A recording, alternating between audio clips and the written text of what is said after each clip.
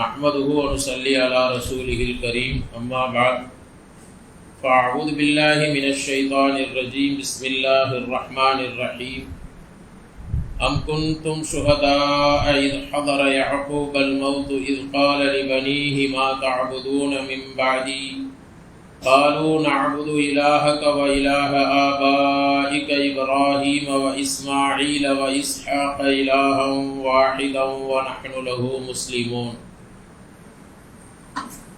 تلك أمة قد خلت لها ما كسبت ولكم ما كسبتم ولا تسألون عما كانوا يعملون صدق الله العظيم. சென்ற வாரம் நாம் இப்ராஹிம் அலைஹிஸ்ஸலாம் அதே போல யாக்கூப் அலைஹிஸ்ஸலாம் அவர்கள் தன்னுடைய பிள்ளைகளுக்கு கடைசியாக செய்த உபதேசம் என்ன என்பதை பற்றி அறிந்தோம். கடைசியாக அவங்க என்ன சொன்னாங்க? ஃபலா தமூதுன்ன இல்லா வஅன்தும் முஸ்லிமூன், நீங்கள் முஸ்லிம்களாகத்தான் இந்த உலகத்தை விட்டும் மரணிக்க வேண்டும், முஸ்லிம்களாகவே தவிர நீங்கள் மரணிக்கக்கூடாது என்று கடைசியாக உபதேசம் செய்தார்கள். அப்படியானால் என்ன? நீங்கள் வாழும் காலமெல்லாம் இஸ்லாமிய நெறிமுறைகளை பின்பற்றி வாழ வேண்டும், அப்போத்தான் நீங்கள் முஸ்லிம்களாக மரணிக்க முடியும். ஒரு முஸ்லீமாக மரணிக்க வேண்டும் என்று சொன்னால் வாழும் காலத்தில் இஸ்லாமிய நெறிமுறைகளை, இஸ்லாமிய சட்டத்திட்டங்களை பின்பற்றி வாழ வேண்டும். அப்போத்தான் அவர் கடைசி நேரத்தில் முஸ்லீமாக மரணிக்கக்கூடிய வாய்ப்புகள் கிடைக்கும். இப்போ ஒவ்வொரு பெற்றோர்களுக்கும் இந்த கவலை தான் இருக்க வேண்டும், நான் முஸ்லீமாக மரணிக்க வேண்டும், அதே போல் என்னுடைய சந்ததிகளும் முஸ்லீம்களாக மரணிக்க வேண்டும். நாம் இப்பொழுது எப்படி வாழுகிறோம் என்பது முக்கியமல்ல, மரணிக்கும் பொழுது எந்த நிலையில் மரணிக்கிறோம். அல்லாஹ் நம் அனைவர்களையும் பாதுகாக்க வேண்டும். ஈமான் இல்லாத நிலையில் எத்தனையோ பேர் மரணித்து விட்டார்கள், ஈமானோடு வாழ்ந்துவிட்டு ஈமான் இல்லாத நிலையில் மரணித்திருக்கிறார்கள். அப்படிப்பட்டவர்கள் எல்லாம் உண்டு. எனவே நாம் அந்த நிலைக்கு போய்விடாமல் கடைசி காலம் வரை ஈமானிலே நிலைத்திருந்து ஈமானோடு மரணிக்க வேண்டும். நாம் மட்டுமல்ல, கியாமத் வரை வரக்கூடிய நம்முடைய சந்ததிகளும் ஈமானிலே நிலைத்திருக்க வேண்டும். மரணிக்கும் பொழுது அவர்கள் அல்லாஹ்வை ஏற்றுக்கொண்டவர்களாக, அல்லாஹ்வுடைய இறுதி தூதர் முஹம்மது ரசூலுல்லாஹி ஸல்லல்லாஹு அலைஹி வஸல்லம் அவர்களை நபியாக ஏற்றுக்கொண்ட நிலையில் மரணிக்கக்கூடியவர்களாக இருக்க வேண்டும். அல்லாஹ் அப்படிப்பட்ட வாய்ப்பை நம் அனைவர்களுக்கும் தந்தருள்வானாக. இப்போ இதைத்தான் இப்ராஹிம் அலைஹிஸ்ஸலாம் அவர்களும் யாக்கூப் அலைஹிஸ்ஸலாம் அவர்களும் இறுதியாக தங்களுடைய பிள்ளைகளை அழைத்து உபதேசமாக சொன்னார்கள். அதற்கு அடுத்த வசனத்தில் அல்லாஹ், இப்பொழுது ஓதப்பட்ட வசனத்தில் அல்லாஹ் சொல்லுகிறான், மதீனாவில் உள்ள யகூதிகளை பார்த்து சொல்லுகிறான். மதீனாவில் உள்ள யகூதிகளை பார்த்து சொன்னாலும் அது கடைசி காலம் வரை வரக்கூடிய எல்லா யகூதிகளுக்கும், அவருடைய கொள்கையில் இருக்கக்கூடிய அந்த கொள்கையில் இருக்கக்கூடிய யூதர்கள் அனைவர்களுக்குமே அது பொருத்தமானது. அல்லாஹ் அவர்களை பார்த்து கேட்கிறான், அம் குன்தும் ஷுஹதா, நீங்கள் யாக்கூப் அலைஹிஸ்ஸலாம் அவர்களுக்கு மரணம் நெருங்கும் பொழுது அந்த இடத்துல இருந்தீங்களா? அல்லாஹ் கேட்கிறான். அம் குன்தும் ஷுஹதா இது ஹதர யாக்கூபல் மௌத், யாக்கூப் அலைஹிஸ்ஸலாம் அவர்களுக்கு மரணம் நெருங்கும் பொழுது நீங்க அந்த இடத்துல இருந்தீங்களா? அவங்க சொன்னாங்க, தன்னுடைய மக்களை அழைத்து, இது காலலி பனீஹி, தன்னுடைய பிள்ளைகளை எல்லாம் அழைத்து கேட்டாங்க, மா தஅபுதூன மின் பஅதி, எனக்கு பிறகு நீங்கள் எதை வணங்குவீர்கள் என்று கேட்டார்கள். காலு, அப்போ அவங்கெல்லாம் சொன்னாங்க, அந்த பிள்ளைகள் அனைவரோடும் சொன்னார்கள், தன்னுடைய பிள்ளைகள் அப்படின்னு சொன்னால் தன்னுடைய மகன்கள், பெண் பிள்ளைகள், தன்னுடைய பேரன் பேத்திமார்கள் எல்லாத்தையும் கூப்பிட்டு உட்கார வச்சு கேட்டாங்க, நான் மௌத்தா போன பிறகு நீங்கள் எதை வணங்குவீங்க? அப்போ எல்லாரும் சொன்னாங்க, நஅபுது, நாங்கள் வணங்குவோம், இலாஹக, உங்களுடைய இறைவனை, நீங்கள் எந்த இறைவனை வணங்கினீர்களோ அந்த இறைவனை, வ இலாஹ ஆபாயிக இப்ராஹீம வ இஸ்மாயில வ இஸ்ஹாக, உங்களுடைய மூதாதையர்கள், உங்களுடைய பெற்றோர்கள் மூதாதையர்கள் இப்ராஹிம் அலைஹிஸ்ஸலாம் அவர்கள், இஸ்மாயில் அலைஹிஸ்ஸலாம், இஸ்ஹாக் அலைஹிஸ்ஸலாம், இவர்களெல்லாம் எந்த இறைவனை வணங்கினார்களோ, இலாஹம் வாஹிதன், அந்த ஒரே இறைவனைத்தான் நாங்களும் வணங்குவோம், அந்த ஒரே இறைவனைத்தான் நாங்களும் வணங்குவோம். வநஹ்னு லஹு முஸ்லிமூன், நாங்கள் அவனுக்கு முழுமையாக வழிபட்டவர்களாக, அதாவது நாங்கள் முஸ்லிம்களாக இருக்கும் நிலையில், அவனுக்கு முழுமையாக வழிபட்டவர்களாக இருக்கும் நிலையில் அந்த ஒரே இறைவனைத்தான் வணங்குவோம் என்று அவர்கள் சொன்னார்கள். யார் சொன்னா? யாக்கூப் அலைஹிஸ்ஸலாமுடைய பிள்ளைகள் சொன்னார்களே. அந்த நேரத்தில் நீங்க அங்க இருந்தீங்களான்னு யூதர்களை பார்த்து அல்லாஹ் கேட்கிறான். ஏன் அல்லாஹ் இதை கேட்கிறான் இந்த கேள்வியா அப்படின்னு சொன்னா, அந்த மதீனத்து யூதர்கள் எல்லாம், மதீனாவில் வசிக்கக்கூடிய யூதர்கள் சஹாபாக்கள் இடத்துல முஸ்லிம்களை பார்த்து அவங்க என்ன சொன்னாங்க அப்படின்னு சொன்னா, நபி ஸல்லல்லாஹு அலைஹி வஸல்லம் அவர்களிடத்துல அவங்க வந்து சொல்றாங்க, அலஸ்த தஅலமு அன்ன யாக்கூப லம்மா மாத அவ்ஸா பனீஹி பில் யஹூதியா. உங்களுக்கு தெரியாதா? யாரை பார்த்து சொல்றாங்க? நபியை பார்த்து அந்த யூதர்கள் சொல்றாங்க, உங்களுக்கு தெரியாதா யாக்கூப் வந்து, அதாவது யாக்கூப் அலைஹிஸ்ஸலாம் மரணிக்கக்கூடிய தருவாயில தன்னுடைய பிள்ளைகளுக்கு நீங்கள் யூத மதத்தை பின்பற்ற வேண்டும் என்று வசியத் செய்து விட்டு சென்றார். யூத மதத்தை தான் நீங்க பின்பற்ற வேண்டும் என்று சொல்லிவிட்டு சென்றார் என்று அந்த யூதர்கள் நபியை பார்த்து கேட்டாங்க. அதுக்கு பதிலடியாகத்தான், மறுப்பு தெரிவிக்கும் விதமாகத்தான் அல்லாஹ் தஆலா இந்த வசனத்தை இறக்கினார். அப்ப யூதர்களும் அதே போல நஸ்ரானிகளும் அவங்க என்ன சொல்றாங்க? யாக்கூப் அலைஹிஸ்ஸலாம் மரணிக்கும் பொழுது நஸ்ரானியத்தை தான் பின்பற்ற சொல்லிட்டு போனாரு என்று அவங்க சொல்றாங்க. அப்ப ஒவ்வொருவருமே இவங்க எல்லாமே அசல்ல இப்ராஹிம் அலைஹிஸ்ஸலாத்தை ஏற்றுக்கொண்டாங்க. சென்றவாறு சொல்லி காட்டின மாதிரி இப்ராஹிம் அலைஹிஸ்ஸலாத்தை தங்கள் பக்கம் இணைத்துக் கொள்வதிலே பெருமைப்படக்கூடியவர்கள். அப்ப இப்ராஹிம் அலைஹிஸ்ஸலாத்தோடு தங்களை இணைத்துக் கொண்டாலும் கூட அவங்க என்ன மக்களுக்கு மத்தியில் சொல்லி வச்சிருந்தாங்க? இப்ராஹிம் அலைஹிஸ்ஸலாமுடைய அந்த வாரிசுகள், சந்ததிகள் அவங்க எல்லாம் யூத மதத்தை சார்ந்தவங்க தான் அல்லது கிறிஸ்தவ மதத்தை சார்ந்தவர்கள் தான். அப்படித்தான் அவங்க வந்து மரணிக்கும் பொழுது உபதேசம் செய்துவிட்டு சென்றார்கள் என்றெல்லாம் மக்களிடத்துல பரப்பி கொண்டிருந்தார்கள். அதுதான் நபியிடத்துல இப்படி சொன்ன உடனே அல்லாஹ் தஆலா மக்கள்கிட்ட, பொதுமக்கள்கிட்ட சொல்றது ஒரு பக்கம், ஆனா நபியிடத்துல அவன் சொல்லும் பொழுதுதான் அல்லாஹ் தஆலா என்ன செஞ்சான்? இந்த வசனத்தை இறக்கி வைத்தான். ஏன்னா யாக்கூப் அலைஹிஸ்ஸலாம் அப்படி சொல்லும் போது நீங்க என்ன பக்கத்திலே இருந்தீங்கன்னு கேட்கிறேன். நீங்க பக்கத்துல பாத்தீங்களா யாக்கூப் அலைஹிஸ்ஸலாம் இப்படித்தான் சொன்னாங்களான்னு? ஆனா அவங்க என்ன சொன்னாங்க? என்ன கேட்டாங்க? யாக்கூப் அலைஹிஸ்ஸலாம் எனக்கு பிறகு எதை வணங்குவீர்கள்னு கேட்டாங்க. அந்த பிள்ளைகள்லாம் என்ன சொன்னாங்க? உங்களுடைய நீங்களும் உங்களுடைய மூதாதையர்களும் எந்த ஒரே இறைவனை வணங்கியீர்களோ அந்த இறைவனைத்தான் வணங்குவோம் என்று சொன்னார்கள். ஆனா அந்த சட்டத்தை எல்லாம் நீங்க மாத்திட்டீங்க யூதர்கள். நீங்க அப்படி வைக்கல. இப்போ உங்க கொள்கைகள் எல்லாம் மாறிவிட்டது. ஒரே இறைவனை வணங்குறது அப்படிங்கிறதுலாம் இல்லாம போயிடுச்சு. அதனால நீங்க சொல்றது இருக்கிறது இது பொய் அப்படின்ட்டு அல்லாஹ் தஆலா அவருடைய சொல்லை பொய்ப்படுத்தும் விதமாக, அவர்களை கண்டிக்கும் விதமாக இப்படி இந்த வசனத்தை அல்லாஹ் ஜல்ல ஷானஹு தஆலா இறக்கி வைத்தான். அப்ப அல்லாஹ் ஜல்ல ஷானஹு தஆலா இந்த வசனத்தை இறக்கி வைத்து இதுல வந்து ஒன்று யூதர்களுக்கும் அந்த நஸ்ரானிகளுக்கெல்லாம் மறுப்பு தெரிவிக்கும் விதமாக இந்த வசனத்தை இறக்கி வைத்தார். அடுத்தது எல்லா மனிதர்களுடைய நேர்வழி அவர்களுக்கு வழிகாட்டும் விதமாகவும் இந்த வசனத்தை இறக்கி வைத்திருக்கிறார். எல்லா மனிதர்களுக்கும் என்ன கவலை இருக்க வேண்டும்? எப்படி நான் சென்ற வாரம் சொன்னதை போல அந்த வசனத்தில், முந்தைய வசனத்திலையும் இப்ராஹிம் அலைஹிஸ்ஸலாம் யாக்கூப் அலைஹிஸ்ஸலாம் தங்களுடைய பிள்ளைகளுக்கு வசியத் செய்துவிட்டு சென்றதை போல, முஸ்லிம்களாகத்தான் மரணிக்க வேண்டும் என்று வசியத் செய்து விட்டதை போல, இந்த உலகத்தில் பிள்ளைகளை நாம் வளர்க்கும் பொழுது, பிள்ளைகளை நாம் பராமரிக்கும் பொழுது அவர்களுடைய உலகத்தினுடைய வாழ்க்கை செழிப்பாக இருக்க வேண்டும் என்று நாம் கவலைப்படுகிறோம். என்னுடைய மகன் வருங்காலத்தில் நல்ல செழிப்பாக இருக்க வேண்டும். எந்த பெற்றோரும் இந்த கவலை எந்த பெற்றோருடைய உள்ளத்திலும் இருக்கத்தான் செய்யும். எல்லா பெற்றோர்களும் இதை ஆசைப்படுவார்கள். என் மகன் நல்லா இருக்கணும், இது ஆசை இருக்க வேண்டியதுதான், அது தவறு கிடையாது. என்னுடைய மகன், என்னுடைய பிள்ளைகள் வருங்காலத்தில் நல்லா இருக்கணும் அப்படின்னு ஆசைப்படுவது அது பெற்றோர்களுடைய பொறுப்பும் கூட, அது இருக்க வேண்டியதுதான், தவறு கிடையாது. அப்போ உலக ரீதியாக அவர்கள் நல்ல சந்தோஷமாக மகிழ்ச்சியாக இருக்க வேண்டும், வசதி வாய்ப்போடு வாழ வேண்டும் என்று ஆசைப்படக்கூடிய ஒவ்வொருவரும் தங்களுடைய பிள்ளைகளுடைய சிந்தனைகள் வருங்காலத்தில் சரியாக இருக்க வேண்டும். சிந்தனைகள் மாறிவிடக்கூடாது. சிந்தனை ரீதியாக அவர்கள் என்ன செய்யவிடக்கூடாது? மதம் மாறிவிடக்கூடாது. சில பேர் செயல் ரீதியாக இஸ்லாமிய மார்க்கத்தில் இருந்தாலும் கூட சிந்தனை ரீதியாக இஸ்லாமை விட்டு வெளியேறி இருப்பார். அவங்க சிந்தனைகள்லாம் என்ன இருக்கும்? அதாவது இது இப்படி இருந்தால் நல்லா இருக்கும், இந்த இஸ்லாமிய மார்க்கத்தில் உள்ள சட்டங்களை பின்பற்றி நடந்தாலும் இஸ்லாம் நான் முஸ்லீம் தான் அப்படின்னு சொல்லிக்கிட்டாலும் அவங்க என்ன நினைப்பாங்க? இஸ்லாம்ல அல்லாஹ்வும் ரசூலும் சொன்ன சட்டங்களை இது இப்படி இருந்தால் நல்லா இருந்திருக்கும், அப்படி இருந்தால் நல்லா இருந்திருக்கும் அவங்களுக்கு ஆலோசனை சொல்ல ஆரம்பிச்சிருவாங்க. அந்த சிந்தனை வருது. இப்ப இந்த சிந்தனை ரீதியாக வருவதற்கு இது சிந்தனை ரீதியான மதமாற்றம்.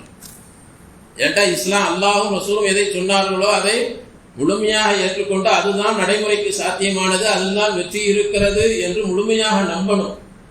அப்பதான் உண்மையான முஸ்லீமாக இருக்க முடியும். அதுக்கு மாற்றமாக இது அப்படி இருந்தா நல்லா இருக்கும், இது இப்படி இருந்தா நல்லா இருக்கும், இந்த ஃபஜ்ர் தொழுகையை ஃபஜ்ர் சூரியன் உதயமான பிறகு வச்சிருந்தா நல்லா இருக்கும் இப்படின்னு நினைச்சா, அப்ப இவர் அல்லாஹ் ரசூலுடைய சிந்தனையை விட, அல்லாஹ் ரசூல் சொன்னதை விட இவருடைய சிந்தனை பெருசு அப்படிங்கிற மாதிரி யோசிக்கிறார். அப்ப அப்படிப்பட்ட சிந்தனைகள் வருவது இருக்குது, இது சிந்தனை ரீதியான மாற்றங்கள், மத மாற்றமாகும்.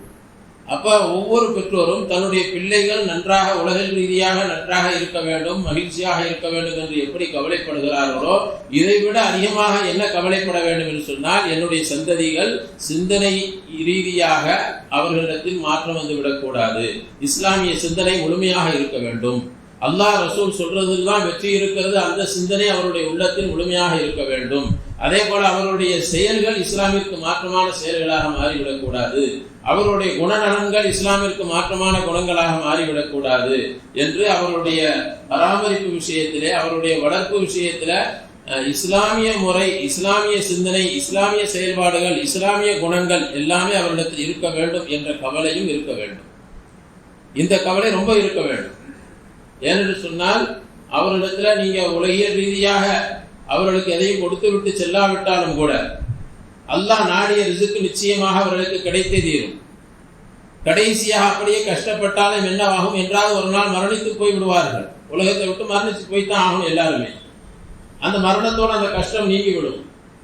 ஆனால் சிந்தனை ரீதியாக மாறிவிட்டார்கள், செயல் ரீதியாக மாறிவிட்டால் இந்த உலகத்தில் வேண்டுமானால் கொஞ்சம் சுகபோகமாக வாழ்ந்துவிட்டு செல்லலாம், மரணத்திற்கு பின்னால் உள்ள அந்த நிரந்தர வாழ்க்கை அவர்களுக்கு கைசேதமாக ஆகிவிடும். அப்ப நிரந்தர வாழ்க்கையில் நன்றாக இருக்க வேண்டும் என்று சிந்திக்கக்கூடியவர்கள் சிறந்தவர்களா, அல்லது தற்காலிக வாழ்க்கையில் நன்றாக இருக்க வேண்டும் என்று சிந்திக்கக்கூடியவர் சிறந்தவர்களா என்று நாம் யோசித்தால், நிரந்தர வாழ்க்கையை பற்றி சிந்திப்பவர்கள் தான் சிறந்தவர்கள், அவர்கள் தான் அறிவுடையவர்கள், அவர்கள் தான் புத்திசாலிகள். அப்ப தன்னுடைய பிள்ளைகளுடைய நிரந்தர வாழ்க்கை எப்படி இருக்க வேண்டும் என்பதை பற்றி அவர்கள் சிந்திக்கக்கூடியவர்களாக இருக்க வேண்டும். இதைத்தான் இப்ராஹிம் அலைஹிஸ்ஸலாம், யாக்கூப் அலைஹிஸ்ஸலாம் எல்லாம் தங்களுடைய பிள்ளைகளுடைய விஷயத்துல சிந்திச்சாங்க. அப்ப தன்னுடைய மகன் வெயில்ல சுத்தக்கூடாது, வெயில்ல சுத்தி அவன் உடம்பு கெட்டு போய்விடக்கூடாது, கடுமையாக வெயில் அடிக்குது. பிள்ளைகளுக்கு என்ன சொல்லுவாங்க, வெயில்ல சுத்தாதாங்க. ஏன் வெயில்ல சுத்தினா தன்னுடைய மகன் உடல் கெட்டு போய்விடும், அவனுக்கு ஏதாவது நோய் வந்துடும், பிற உடல்ல பிரச்சனைகள் வந்துடும் அப்படின்னு கவலைப்படக்கூடிய பெற்றோர்கள் நிரந்தரமான நரகத்தினுடைய நெருப்பை பற்றி, அந்த சூட்டை பற்றி ஏன் கவலைப்படுறதில்லை? அந்த நெருப்பை பற்றியும் கவலைப்படணும்ல. அப்ப அந்த கவலை பெற்றோர்களுடைய உள்ளத்துல வரணும். நிரந்தரமான ஒரு நெருப்பு இருக்கிறது, அந்த சூடு இந்த வெயிலை விட கடுமையானது, அதுக்கு அந்த சூட்டுக்குள்ள என் மகன் போய்விடக்கூடாது, என்னுடைய பிள்ளைகள் போய்விடக்கூடாது. அப்ப அதை பற்றியும் என்ன செய்யணும், கவலைப்பட வேண்டும் என்பதை இந்த இப்ராஹிம் அலைஹிஸ்ஸலாம், யாக்கூப் அலைஹிஸ்ஸலாம் அவர்களுடைய இந்த நிகழ்வுகள் நமக்கு உணர்த்தி காட்டுகிறது. கண்ணியத்திற்குரியவர்களே, அதனால நாம் ஒவ்வொருவருமே, ஒவ்வொரு பெற்றோர்களும் தன்னுடைய மரண தருவாயில, அதாவது கடைசி காலத்துல பிள்ளைகளுடைய விஷயத்துல நாம திருப்தியாக மரணிக்க வேண்டும் என்று சொன்னால், அவர்களுடைய நாம் இஸ்லாமிய முறைப்படி வளர்த்து ஆளாக்கி இருந்தால்தான் திருப்தியான முறையில் நம்முடைய மரணம் இருக்க முடியும். நம்முடைய மரணத்திற்கு பின்னாலும் நமக்கு மகிழ்ச்சியும் சந்தோஷமும் கிடைக்கும். நாம ஏதோ உலகத்தை கொடுத்து விட்டு சென்று விட்டோம் என்று மட்டும் சென்று விடுவோமேயானால், நம்முடைய மரணத்திற்கு பின்னால் அவர்களை பற்றிய செய்திகள், தவறான செய்திகள் நம்மை அடையக்கூடியதாக ஆகிவிடும். அல்லாஹ் பாதுகாக்க வேண்டும். ஏண்டா உலகம் எல்லாத்தையும் எப்படி செய்யும் சொன்னா, உலகம் எல்லாத்தையும் நல்லவர்களாக ஆக்காது. துன்யாவே என்னன்னு சொன்னா அடுத்தவர்களை கெடுக்கக்கூடியதுதான். துன்யா எல்லாத்தையும் என்ன செய்ய, தன் பக்கம் தான் இழுக்குமே ஒழிய அவர்களை ஆகரத்தின் பக்கம் திருப்பி விடாது. துன்யாவில் அப்படியே விட்டுட்டோம் அப்படின்னு சொன்னா அவங்களுடைய சிந்தனை எங்கதான் போகும், துன்யாவின் பக்கம் மட்டும்தான் போகும். அப்ப ஆகரத்தின் பக்கம் திருப்புவதற்கு தான் முயற்சி தேவை, துன்யாவின் பக்கம் திருப்புவதற்கு முயற்சியே தேவையில்லை. தானா துன்யாவை பார்த்து அவன் துன்யாவை அடையணுங்கிற ஆசை உள்ளத்துல வந்துடும், துன்யாவை அடையணுங்கிற ஆசை வந்துடும். ஆனா அந்த ஆசையை சரியான வழியில் அவன் பயன்படுத்த வேண்டும் என்பதற்கு முயற்சி தான் நம்முடைய முயற்சியா இருக்க வேண்டும். துன்யாவை அடையணுங்கிற ஆசை எல்லாத்துக்கும் வரும். ஆனா அவன் முஸ்லீமாக இருந்து அந்த துன்யாவை அடைய வேண்டும், இஸ்லாமிய சட்டமுறைப்படி துன்யாவை அடைய வேண்டும். அந்த துன்யாவை அடைவதிலும் அல்லாஹ்வுடைய பொருத்தத்தை பெற்றுக் கொள்ள வேண்டும். அப்படின்ட்டு அவர்களை அந்த இஸ்லாமின் பக்கம் திருப்புவதுதான் நம்முடைய முயற்சியாக இருக்க வேண்டும். அதுக்கு தான் முயற்சி தேவையை ஒழிய துன்யாவுடைய ஆசையை ஊட்டுவதற்கு முயற்சியே தேவையில்லை. எல்லாத்துக்குமே துன்யாவுடைய ஆசை இருக்குதான் செய்யும். பார்த்து உலகம் வந்து அப்ப தன் பக்கம் தான் இழுக்கும். அப்ப நாம வந்து ஆகிரத்தின் பக்கம் திருப்புவதற்குத்தான் முயற்சி தேவை. அதனாலதான் மரணிக்கக்கூடிய சமயத்துல கடைசி நேரத்துல நான் இங்க இந்த இடத்துல இவ்வளவு சொத்தை விட்டுட்டு போயிருக்கிறேன், இந்த இடத்துல இவ்வளவு பணம் இருக்குது, இங்க இந்த பேங்க்ல இவ்வளவு பேலன்ஸ் இருக்குது, இன்ன கடை இவ்வளவு வருமானம் வரக்கூடியது, எல்லாத்தையும் பிள்ளைகளுக்கு சொல்லிவிட்டு செல்வதை விட நான் மரணித்ததற்கு பின்னால் நீங்கள் என்ன செய்யணும்? முஸ்லிம்களாக வாழ வேண்டும், நீங்களும் முஸ்லிம்களாக வாழ வேண்டும், உங்களுடைய பிள்ளைகளை முஸ்லிம்களாக வளர்க்க வேண்டும் என்றெல்லாம் உபதேசித்து விட்டு செல்லக்கூடிய பெற்றோர்கள் தான் சிறந்த பெற்றோர்களாக இருக்க முடியும். அவர்கள் தான் உண்மையில் தன்னுடைய பிள்ளைகள் மீது அக்கறை கொண்ட பெற்றோர்களாக இருக்க முடியும் என்பதை இந்த வசனங்கள் நமக்கு உணர்த்தி காட்டுகிறது. அதனால தான் அவங்க வந்து மரண தருவாயில கேட்டது என்ன கேட்டாங்க? எனக்கு பின்னாடி யாரை வணங்குவீர்கள்? அப்பா நான்லாம் எதுவுமே சம்பாதிக்கலை, நான் எதுவும் சம்பாதிச்சு உங்களுக்காக விட்டுட்டு போகல, நான் மௌத்தா போயிட்டா என்ன செய்வீங்க, என்ன தொழில் செய்வீங்க, எப்படி சாப்பிடுவீங்க அப்படின்னு கேட்டாங்களா? அதை பற்றி கேட்கல. அவங்க கேட்டது என்ன சொல்லிட்டாங்க? எனக்கு பிறகு நீங்கள் எதை வணங்குவீங்க? அவங்க எல்லாருமே ஒருமித்த குரலில் என்ன சொன்னாங்க? ஒரே இறைவன் அல்லாஹ்வை மட்டுமே வணங்குவோம், வேற யாரையும் நாங்கள் என்ன செய்ய மாட்டோம். அப்போ உலகத்தில் எந்த மூளைக்கு முடுக்குக்கு போனாலும் ஒரு முஸ்லீம் யாரைத்தான் வணங்குவான்? ஒரு முஸ்லீம் யாரை இறைவனாக ஏற்றுக்கொண்டிருக்கிறான்? அல்லாஹ் ஒருவனை மட்டும்தான் ஏற்றுக்கொண்டிருக்கிறான். எங்க போனாலும் வணக்கம் யாருக்கு தான் வணக்கமா இருக்கும்? முஸ்லீமுடைய வணக்கம் அல்லாஹ் ஒருவனுக்காகத்தான் இருக்கும். அப்ப அல்லாஹ் ஒருவனை மட்டும் வணங்கக்கூடியவர்களாக இருக்கிறார்கள் அப்படிங்கிறது இருக்குது. இங்க வந்து கடைசியாக அவங்க சொன்ன வார்த்தைன்னு சொன்னா, நாங்க வணங்குவோம் என்பதோடு நிறுத்தி விடவில்லை. எல்லா முஸ்லீம்களும் சொல்லுவாங்க யாரை வணங்கணும்? அல்லாஹ் தான் வணங்கணும். இது எல்லாருமே சொல்லுவாங்க. யாரை வணங்கணும்? அல்லாஹ் தான் வணங்கணும். மார்க்கத்தை பற்றி எதுவுமே தெரியாதவங்க கூட என்ன சொல்லுவாங்க? யாரை வணங்கணும்னு கேட்டா அல்லாஹ் தான் வணங்கணும்னு சொல்லிடுவாங்க.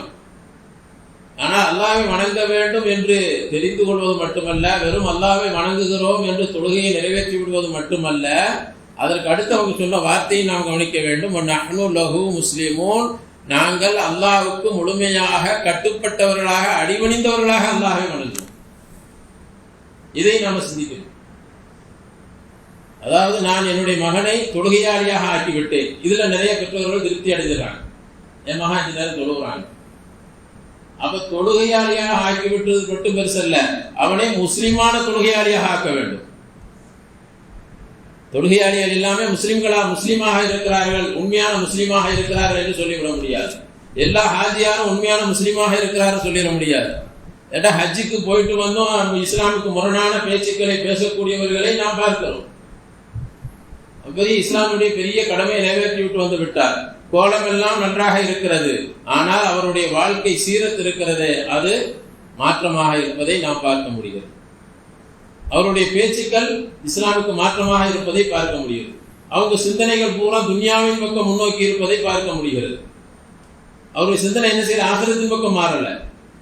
எதை பேசுறா? துன்யாவை முன் வச்சே பேசுறாங்க. தீனையும் கூட துன்யாவை முன் வச்சு பேசக்கூடியவர்கள். தீனையை கூட, தீனுடைய வளர்ச்சியை அவங்க எதுல வச்சிருக்கிறாங்க? துன்யாவுடைய வளர்ச்சியில தான் காட்டுறாங்க. தீனுடைய வளர்ச்சி எங்க இருக்கு? துன்யாவுடைய வளர்ச்சியில இருக்குது. துன்யா வளர்ச்சி அடைந்தா தான் தீன வளர்ச்சி அடைய முடியும் என்று அல்லாஹும் ரசூலும் எதை சொல்லுகிறாரோ அதுக்கு நேர் மாற்றமான கருத்து இது. அல்லாஹ் ரசூல் என்ன சொன்னா, துன்யாவுடைய வளர்ச்சி தீனுடைய வளர்ச்சியில இருக்குங்கிறது தான் நமக்கு வலியுறுத்துறாங்க. ஆனா நம்மில் நிறைய பேர் தீனின் தோற்றத்தில் இருக்கிறார்கள், தீனை பின்பற்றக்கூடியவர்கள் என்று சொல்லிக் கொள்ளக்கூடியவர்களும் என்ன சொல்லுவாங்க அப்படின்னு சொன்னா, தீன்ல வளர்ச்சி வேணும்னு சொன்னா துன்யாவை நல்லா செழிப்பாக்கணும் என்று சொல்லக்கூடியவர்களை பார்க்கணும். அப்போ இதுல வந்து நாம நல்லா சிந்திக்கணும். தீனுடைய வளர்ச்சியில துன்யா இருக்குதா, துன்யாவுடைய வளர்ச்சி இருக்குதா, அல்லது துன்யாவுடைய வளர்ச்சியில தீனுடைய வளர்ச்சி இருக்குதா? அல்லாஹ் ரசூலும் சொல்றது சொன்னா, தீன் உங்கள்கிட்ட நல்லா இருந்தா உங்களுடைய துன்யா செழிப்பா இருக்கும், நல்லா இருக்கும். உங்களுடைய துன்யா உங்களுக்கு நிம்மதியை தரும், உங்களுடைய துன்யாவுடைய வாழ்க்கை உங்களுக்கு சந்தோஷத்தை தரும்.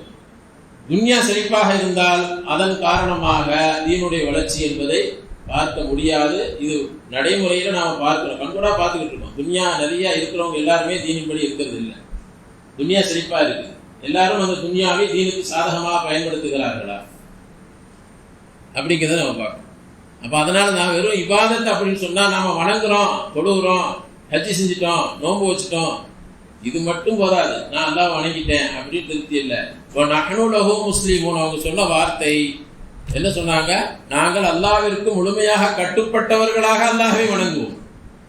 அப்ப நாம என்ன செய்யணும்? எல்லா விஷயத்திலும் அல்லாஹ் சொல்லிட்டானா சரிங்க, ஓகே, மறு பேச்சு கிடையாது. அல்லாஹ்வுடைய தூதர் சொல்லிட்டாங்களா, சரி, அதை அப்படியே நடைமுறைப்படுத்தும். இல்லைங்க இந்த காலத்துக்கு அது உதவுமா, இது சாத்தியமாகுமா, எங்க குடும்பத்துக்கு சாத்தியமாகுமா, எங்களுடைய முன்னோர்கள் இப்படி செய்யலையே, இப்படி நாம சிந்திக்க ஆரம்பிச்சோம் அப்படின்னு சொன்னா நாம ஆபிதாக இருக்கிறோம், ஆனால் முஸ்லீமாக இல்லை. ஆபிது சொன்னா வணக்கசாலியாக இருக்கிறோம், முஸ்லீம்களாக இல்லை என்றுதான் நான் சொல்ல வேண்டும். ஏன்டா நான் அல்லாஹ்வுக்கு கட்டுப்படலை, அல்லாஹ் சொல்றதை ஏற்றுக்கொள்ள தயாராக இல்லை.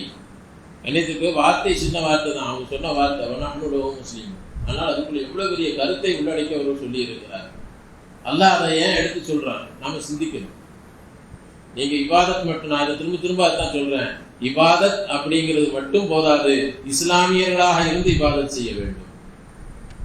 இஸ்லாமியனாக இருந்து இபாதத் செய்ய வேண்டும், முஸ்லீமாக இருந்து இபாதத் செய்ய வேண்டும். முஸ்லீமாக என்ன, நான் முஸ்லீம் பேர் தானங்க வச்சிருக்கிறேன், நான் வந்து அப்துல் காதர் தானங்க அப்படின்னு நாம சொல்றதல்ல. அல்லாஹ்வுக்கு முழுமையாக கட்டுப்பட்டு இபாதத் செய்யணும். அதுதான் அல்லாஹ் இடத்துல அங்கீகாரம்.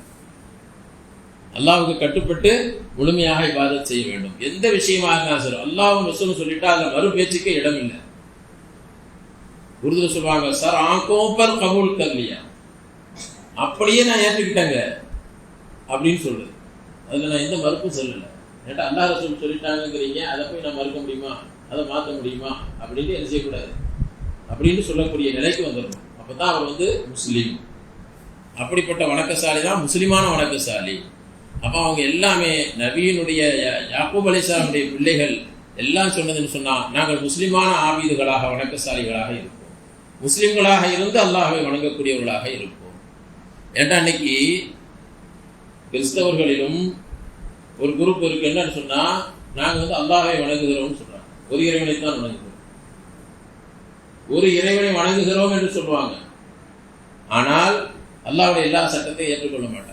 எங்களுடைய இறைவன் யார், அல்லாஹ் தான் அப்படின்னு சொன்னாலும் அல்லாஹ்வுடைய தூதரை ஏற்றுக்கொள்ளணும்ல, அப்பதான் அவர் முஸ்லீமா இருக்க முடியும். அப்ப அல்லாஹ் என்னென்ன குர்ஆன்ல சொல்லியிருக்கா அதை பூரா ஏற்றுக்கொள்ளணும்ல, அதை ஏற்றுக்கொள்ள மாட்டோம். அப்ப அவங்கள முஸ்லீம் சொல்லிட முடியுமா?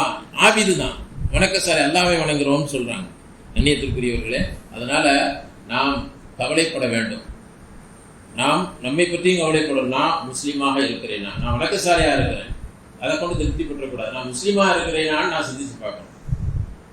நான் என்னை பற்றி ஒவ்வொருவரும் தனிப்பட்ட முறையில் சிந்திச்சு பார்க்கணும். நான் முஸ்லீமான வணக்கசாலியாக இருக்கிறேனா, முஸ்லீம்டா என்ன, நான் முழுமையாக அல்லாஹ்வுக்கு கட்டுப்பட்ட வணக்கசாலி. அப்போ அதற்கு முயற்சி, முழுமையாக நான் அல்லாஹ்விடத்தில் என்னை ஒப்படைக்கக்கூடியவன். நான் ஏற்கனவே சொல்லியிருக்கேன் சென்ற வாரமே, இஸ்லாம்டாலே என்ன அர்த்தம், அல்லாஹ்விடத்தில் முழுமையாக தன்னை ஒப்படைத்து விடுதல். நான் என்னை முழுமையாக அல்லாட்ட ஒப்படைச்சிருக்கிறேன்னா சொல்லுவாங்க. பெரியார் உதாரணம் சொல்லுவாங்க, அல்லாஹ்வுக்கு முன்னாடி நாம் எப்படி சொன்னா, ஒரு மையத்து மாதிரி இருக்கணும். மையத்தை வந்து குளிப்பாட்டும் பொழுது என்ன செய்வாங்க அப்படின்னு சொன்னா, நம்முடைய விருப்பப்படினா அவங்க புரட்ட மாட்டாங்க. அவங்க இஷ்டத்துக்கு என்ன செய்வாங்க, தூக்கி இங்க புரட்டுவாங்க, அங்க புரட்டுவாங்க. அதே மாதிரி மையத்துக்கு வந்து ஒரு ஆணி மேல படுக்க வச்சு அமுக்கினாலும் அது கதறாது, சத்தம் போட முடியாது. இதை மாதிரி ஆகிவிட வேண்டும். அல்லாஹ்வுக்கு முன்னால என்ன முழுமையா ஒப்படைச்சு நீ எப்படி பயன்படுத்தணுமோ பயன்படுத்திக்க, என்ன சொல்றியோ அப்படித்தான். மையத்து வந்து தானாக எதையும் என்ன செய்ய முடியாது, தன்னுடைய விருப்பப்படி எதையும் செய்யாதோ அது மாதிரி நான் என்னுடைய விருப்பப்படி எதையும் செய்யல, எல்லாமே அல்லாஹ்வுடைய விருப்பப்படி தான் செய்யறதுதான் உண்மையான விஷயம். அப்படிப்பட்ட நிலைக்கு நம்மை உயர்த்தி கொள்வதற்கு முயற்சி செய்ய வேண்டும். எல்லாரும் அப்படி இருக்கிறோமா அப்படின்னு சொன்னா, இருக்கிறது கஷ்டம், நாம கஷ்டம்தான், சிரமம் தான், சிரமத்துக்கு மத்தியில தான் முயற்சி பண்ணணும். அதுதான் முஜாஹதான்னு சொல்றோம். இஸ்லாமிய முறைப்படி வாழ வேண்டும், முயற்சி செய்து கொண்டே இருக்க வேண்டும். முயற்சி செய்த நிலையில் நாம் மரணம் அடைந்து விட்டால் அல்லாஹ் முழுமையாக முஸ்லிம்களாக மரணிக்க செய்து விடுவார். எந்த முயற்சியுமே செய்யல, அப்போ நாம் அந்த பட்டியலை இழக்க முடியாது. அல்லாஹ் தஆலா நம்மை அப்படி உண்மையான முஸ்லிம்களாக ஆக்கி வைப்பானாக. அதுக்கு அடுத்த வசனத்தில் அல்லாஹ் சொல்லுகிறான், தில்க உம்மத்தும் கது ஹலத். தில்க உம்மத்தும், அந்த சமுதாயம் இருக்கிறார்களே அவர்கள் சென்று விட்டார்கள். அந்த ஜமாத்து, அந்த கூட்டம் முடிஞ்சு போயிட்டாங்க. யாரு, யாக்கூப் அலைஹிஸ்ஸலாமும் அவங்களுடைய சந்ததிகள் எல்லாமே உலகத்தை விட்டு போயிட்டாங்க. அவங்க போனவங்க லஹா மா கசபத், அவர்களுக்கு அவர்கள் சம்பாதித்தது அவர்களுக்கு இருக்கிறது. வலக்கும் மா கசப்தும், நீங்க சம்பாதித்தது தான் உங்களுக்கு இருக்குது. அல்லாஹ் சொல்றான், நீங்க சம்பாதித்தது உங்களுக்கு இருக்கிறது. வலா துஸ்அலூன அம்மா கானூ யஅமலூன், அவர்கள் செய்ததை பற்றி உங்கள்கிட்ட கேள்வி கேட்கப்பட மாட்டாது. இப்ப இந்த வசனத்தின் வாயிலாக அல்லாஹ் சொல்ல வருவது என்று சொன்னா, உங்களுடைய முன்னோர்கள் மூதாதையர்கள் அவர்கள் நபிமார்கள் நல்லடியார்களாக யாரா வேண்டாலும் இருக்கலாம், பெரும் பெரும் நபிமார்களாகவும் இருக்கலாம், அவங்க வெறும் அவுலியாக்களாக வலிமார்களாக இருக்கலாம். ஆனால் அவர்களுடைய செயல்கள் உங்களுக்கு எந்த பயனையும் தராது. அவர்கள் செய்த நன்மையான காரியங்கள்னால நீங்க பயனடைய முடியுமா? நீங்க செய்யற நன்மையான காரியங்களால அவர்களுக்கு பயன் கிடைக்கும். இப்ப நாம செய்யற நல்ல காரியங்கள்னால நம்முடைய மூதாதையர்களுக்கு நன்மை போய் சேரும். அவங்க முஸ்லிம்களாக மரணித்திருந்தால் அவர்களுக்கு நன்மை நிச்சயமாக போய் கிடைக்கும். ஆனால் அவர்கள் செய்த நன்மையினால நமக்கு கிடைக்குமா? பின்னால வந்து வராது. பின்னால செய்யக்கூடிய ஒரு நன்மை முன்னால உள்ளவங்க எல்லாத்துக்கும் போய் சேரும். ஆனால் முதல் செஞ்சவங்களுடைய நன்மை சந்ததிகளுக்கு கிடைக்குமானா அப்படி கிடைக்கிறது சரியத்திலே இல்லை, எதுவும் சொல்லப்படலை. அப்ப அல்லாஹ் அங்க என்ன சொல்றான், அந்த உம்மத்தை அவங்க நல்லமல் செஞ்சு அவங்க போயிட்டாங்க, நபிமார்களாக இருந்து சாலிஹீன்களாக இருந்து மரணிச்சுட்டாங்க. ஆனா அவங்க செஞ்சது அவங்களுக்கு, நீங்க செஞ்சது உங்களுக்கு. அல்லாஹ் சொல்றான், அவங்க செஞ்சது நன்மைகளை வச்சு நீங்க எந்த பயனையும் அடைய முடியாது. அவங்களுடைய நன்மைகளை கொண்டு நீங்க எந்த பயனையும் அடைய முடியாது. அதான் சொல்றாங்க, நீங்க எந்த நன்மையும் செய்யாம அவர்களுடைய நன்மையினால நாம வெற்றி அடைந்து விடலாம். அவர்கள் இருக்கிறாங்க, நம்ம முன்னோர்கள், நாம யாரு அந்தோ செய்யுதுஹே அப்படின்னு சொல்லி சொர்க்கத்துக்கு போயிட முடியாது. நாங்க ரசூலுல்லாஹ்வுடைய பரம்பரைங்கன்னு சொல்லி சொர்க்கத்துக்கு போக முடியாது. ஹம் பீர்சாதாக, நாங்க அவுலியாக்களுடைய வாரிசுகள் அப்படின்னு சொல்லி எங்க போக முடியாது. நான் ராஜா மொஹீதுddin சிஸ்தியுடைய பரம்பரையில வந்தவங்க, நான் முஹீதீன் அப்துல் காதிர் ஜீலானியுடைய பரம்பரையில வந்தவங்க, நான் அபூபக்கர் சித்திக்குடைய பரம்பரையில வந்தேன், நான் உமருடைய பரம்பரையில வந்தேன்னு சொல்லி யாரும் என்ன செய்ய முடியாது. அவங்க அமல் செய்யாம யாரும் சொர்க்கத்துக்கு போக முடியாது. அவங்க அமல் செய்யாம யாரும் சொர்க்கத்திற்கு போக முடியாது என்பதைத்தான் அல்லாஹ் அங்கே சொல்லி காட்டுகிறான். தஃசீர் இப்னு கஸீர்ல இதைத்தான் விளக்கமா எழுதுறாங்க. ஃபஇன்ன லஹும் அமாலுஹும் அல்லதி அமிலூஹா, அவர்கள் செய்த அமல்கள் அவர்களுக்கு இருக்கிறது, நீங்கள் செய்த அமல்கள் உங்களுக்கு இருக்கிறது. அப்ப நீங்க தங்களை நபிமார்களோடவோ வலிமார்களோடவோ நல்லடியாரோடவோ நம்மை இணைத்துக் கொள்வதின் காரணமாக மட்டும் வெற்றி அடைந்து விட முடியாது. அவங்களோடு நான் நிஸ்பத் செஞ்சுட்டேன், இணைச்சிட்டேன், நான் அவர்களோடு இணைந்தவன், அவருடைய பரம்பரையில் வந்தவன் இணைத்துக் கொள்வதால் மட்டும் என்ன செய்ய முடியாது, வெற்றி அடைய முடியாது. இது அல்லாஹ் இதுதான் இதை சொல்லி காட்டினான். ரசூலுல்லாஹும் சொல்லி இருக்கிறாங்க. நபி ஸல்லல்லாஹு அலைஹி வஸல்லம் அவங்க சொன்னாங்க, குறைஷிகளை பார்த்தியா மாஷர குறைஷ் இன்ன அவுலன்னாசி பின் நபியில் முத்தகூன், நபிமார்களோடு மறுமையில சேர்ந்து இருப்பவர்கள் நெருக்கமாக இருப்பவங்க யாருன்னு சொன்னா அவருடைய சந்ததிகள் கிடையாது, முத்தகீன்கள். நபிமார்களோடு நெருக்கமாக இருக்கிறவங்க யார் இருப்பா? அவங்க சொன்னது நபிமார்களுடைய பிள்ளைகள் இருப்பாங்க, மனைவிமார்கள் இருப்பாங்கன்னு சொல்லல, அது முத்தகூன், இறையச்சம் உள்ளவர்கள் தான் அவங்க கூட நெருக்கமாக இருப்பாங்க. ஃபகூனு பிஸபீலி மின் தாலிக, அதனுடைய பாதைகளிலிருந்து ஏதாவது பாதையில் நீங்களும் ஆகிவிடுங்கள். வேறும் சொன்னாங்க, ஃபந்துரு அல்லா யல்கானின் நாசு யஹ்மிலூனல் அமால, நீங்க நல்லா சிந்திச்சு பாருங்க, ஜனங்கள் எல்லோரும் அமல்களை சுமந்தவர்களாக, ஜனங்கள் எல்லோரும் அமல்களை சுமந்தவர்களாக என்னிடத்தில் வருவார்கள். நீங்க துன்யாவை சுமந்தவர்களாக என்னிடத்தில் வந்து நான் உங்களை விட்டும் என் காரணமாக, நான் நபியாக இருக்கிறேன் காரணத்தினால உங்களை விட்டு தடுத்து விட முடியாது, என்னால் என்ன செய்ய முடியாது, தண்டனையை விட்டும் தடுத்து விட முடியாது. உங்களுடைய அமல்கள் எனக்கு உதவியாக இருக்க வேண்டும். நீங்க அமல் செஞ்சுட்டு வந்தா தான் உங்கள்கிட்ட உள்ள குறைகளை நான் அல்லாஹ்ட்ட சொல்லி ஏதாவது சிபாரிசு செய்ய முடியும். எதுவும் செய்யாம எங்க நான் ரசூலுல்லாஹ்வுடைய பரம்பரை, நான் ரசூலுல்லாஹ்வுடைய உம்மத்து அப்படின்னு சொல்லி நீங்க என்ன செய்ய முடியாது, வர முடியாது. நான் குறைஷி குலத்தை சார்ந்தவன் வந்துட முடியாது என்று குறைஷிகளை பார்த்து நபி அவங்க சொல்றாங்க. அது மட்டுமல்ல, அல்லாஹ் வான்திர் அஷீரத்தக்கல் அக்கரமீன்னு ஒரு வசனத்தை இறக்கி வச்சான். அவங்களுடைய சொந்தக்காரர்களை போய் அச்சமூட்டி எச்சரிங்கன்னு சொன்னான். உடனே சஃபா மலைக்கு போனாங்க. போய் தன்னுடைய அந்த குறைஷி குலத்தில் எல்லா கபீலாக்கள் ஒவ்வொரு குடும்பத்தார்களையும் தனித்தனியா பேரை சொல்லி கூப்பிட்டாங்க. மலை மேல ஏற என்று சொல்றாங்க. மக்கள் எல்லாம் வந்தவொன்னு சொன்னாங்க, யா மாஷர குறைஷ், குறைஷி கூட்டத்தார்களே, யா பனி காப், பிறகு ஒவ்வொரு குடும்பத்தார்களா சொல்றாங்க, யா பனி காப், காபுடைய மக்களே, யா பனி முர்ரா, முர்ராவுடைய மக்களே, பனி குசை, குசையுடைய மக்கள். இதெல்லாம் குறைஷி கோத்திரத்தில் உள்ள ஒவ்வொரு குடும்பத்தினுடைய பெயர்கள். பனி அப்து முனாஃபுடைய மக்களே, பனு ஹாஷிம், ஹாஷிமுடைய மக்களே, ரசூலுல்லாஹ்வுடைய அந்த குடும்பம் பனு ஹாஷிம். அப்ப எல்லாத்தையும் கூப்பிட்டு சொல்றாங்க.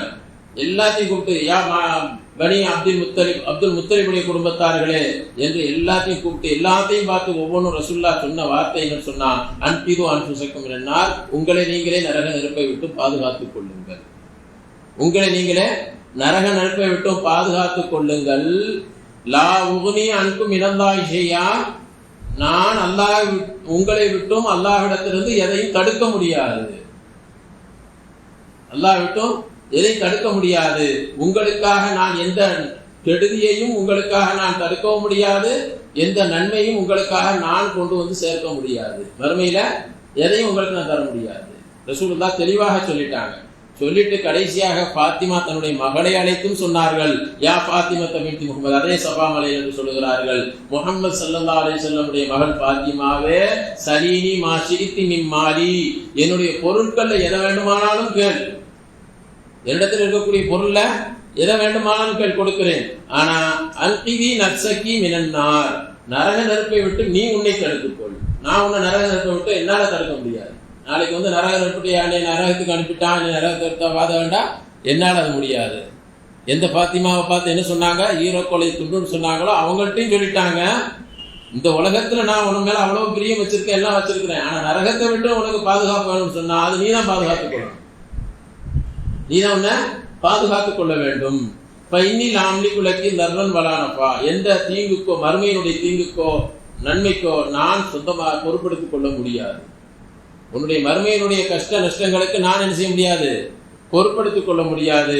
உன்னை விட்டும் அல்லாஹ்விடத்திலிருந்து எதையும் நான் தடுக்கவும் முடியாது. யாரை பார்த்து சொன்னாங்க, பாத்திமாவை பார்த்து சொன்னாங்க. அப்ப இதுல இருந்து என்ன தெரியுது அப்படின்னு சொன்னா, நாம நன்மை செய்தால்தான் நாளைக்கு என்ன செய்ய முடியும், சொர்க்கத்துக்கு போக முடியும், அல்லாஹ்வுடைய பொருத்தத்தை அடைய முடியும். நான் என்னுடைய முன்னோர்கள் அப்படிப்பட்டவர்கள் இப்படிப்பட்டவர்கள் பேரை மட்டும் வச்சு என்ன செய்ய முடியாது. அதன் மூலமாக அந்தஸ்துகள் சொர்க்கத்துக்கு போயிட்டோம், அந்தஸ்துகள் உயர்வு அந்தஸ்துகள் கிடைக்கலாம். அவங்களுடைய சிபாரிசை கொண்டு நமக்கு என்ன செய்ய அந்தஸ்து உயர்வு கிடைக்கலாம். நல்லவர்களுடைய பரம்பரையில் வந்தோம், வலிமார்களுடைய பரம்பரை, நபிமார்களுடைய பரம்பரை அப்படின்னு சொல்லி அந்த அந்தஸ்து வேண்டாம் உயரலாமே ஒழிய, சொர்க்கத்துக்கு போகணும்னு சொன்னா என்ன செய்யணும், நம்ம அமல் செய்யணும் அப்படின்னு சொல்றாங்க. ஏண்டா நிறைய பேர் அப்படி நினைச்சுக்கிட்டு இருக்காங்க. இந்த யூதர்கள் நஸ்ரானிகள்லாம் என்ன சொன்னாங்க, நாங்கள்லாம் யாருடைய பரம்பரைங்கிறீங்க, இப்ராஹிமுடைய சந்ததிகள், நாங்கள்லாம் பனு இஸ்ரவேலர்கள், நபிமார்கள் எங்க இதுல தான் பனு இஸ்ரவேலர்கள்ல தான் எல்லா நபிமார்களும் வந்திருக்கிறாங்க அப்படின்னு பெருமைப்பட்டுக்கிட்டு இருந்தாங்க. அதனால அல்லாஹ் இதை சொல்லி காட்டுறான், லஹா மா கசபத் வலக்கும் மா கசப்தும், அவங்க செஞ்சது அவங்களுக்கு போயிடுச்சு, அந்த நபிமார்கள் தான் உங்களுக்கு நீங்க செஞ்சதுதான். வலா துஸ்அலூன அம்மா கானூ யஅமலூன், அதே மாதிரி அவங்க செஞ்சதை பத்தியும் உங்கள்கிட்ட கேள்வி கேட்க மாட்டார். அவங்க தப்பு செஞ்சாங்களா அதை பத்தி அல்லாஹ் உங்கள்கிட்ட கேட்க மாட்டான், நீங்க தப்பு செஞ்சா உங்கள்கிட்ட கேட்பான். அதனால உங்களை நீங்கள் தவறை விட்டு பாதுகாத்துக் கொள்ளுங்கள் என்று அல்லாஹு தஆலா இங்க சொல்லி காட்டுகிறான். எனவே நாம் இரண்டு விஷயங்கள் இந்த இப்போ இன்று ஓதப்பட்ட வசனத்துல, ஒண்ணு, நாம் நம்முடைய சந்ததிகளை பற்றி அவர்கள் முஸ்லிம்களாக வாழ வேண்டும் என்று கவலைப்படணும். நான் அவனுக்கு இஸ்லாமை கொடுத்து சென்ற வாரம் சொன்னேன், இஸ்லாமை கொடுத்து விட்டு செல்ல வேண்டும். இந்த உலகத்தை விட்டு செல்லும் பொழுது இஸ்லாமை கொடுத்து விட்டு, எதை கொடுக்கிறோமோ கொடுக்கலையோ அவருக்கு இஸ்லாத்தை கொடுத்து விட்டு செல்ல வேண்டும், உண்மையான முஸ்லிம்களாக ஆக்கி விட்டு செல்ல வேண்டும். இரண்டாவது விஷயம் நான் யாருடைய சந்ததி என்பது முக்கியமல்ல, நான் என்ன அமல் செய்திருக்கிறேன் என்பதுதான் முக்கியமானது. அதனால நமக்காக நாம் அமல் செய்து சேர்த்துக் கொள்ள வேண்டும். அல்லாஹ் ஜல்ல ஷானு தஆலா என்ன படிப்பினைகளை இந்த வசனங்கள் வைத்திருக்கிறானோ அந்த படிப்பினைகளை உணர்ந்து நம்மை நாம் சரியாக்கிக் கொள்வதற்கு, நம்முடைய சந்ததிகளை பற்றி கவலைப்படுவதற்கு அல்லாஹ் தௌஃபீக் செய்வானாக. வாஹிர் தஅவானா அனில் ஹம்துலில்லாஹி ரப்பில் ஆலமீன்.